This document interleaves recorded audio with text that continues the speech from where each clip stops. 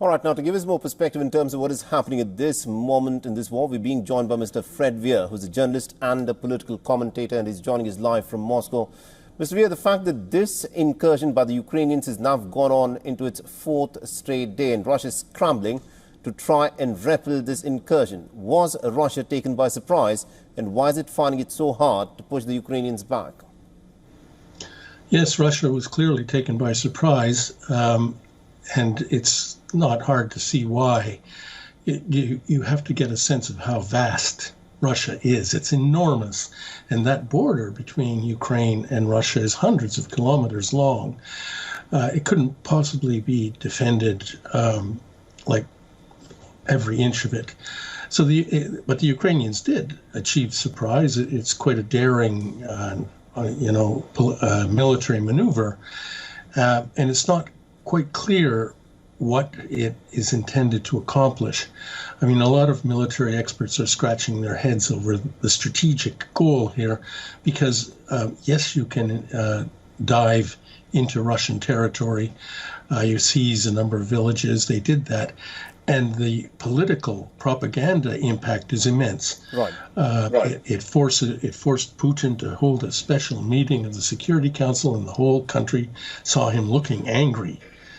I suppose he meant to look angry, but it is a psychological blow. Mm-hmm. The Ukrainians wanted to show Russians what it's like to be under the gun, and they have succeeded.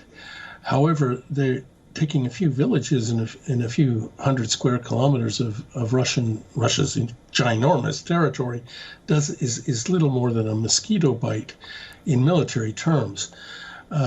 So the other factor, of course, which your commentator mentioned, is that in coming out into the open and attacking Russia, they exposed a lot of Ukrainian troops and equipment to Russian aviation, artillery, where Russia really has an advantage, and the Russians claim they've inflicted massive damage on those attackers.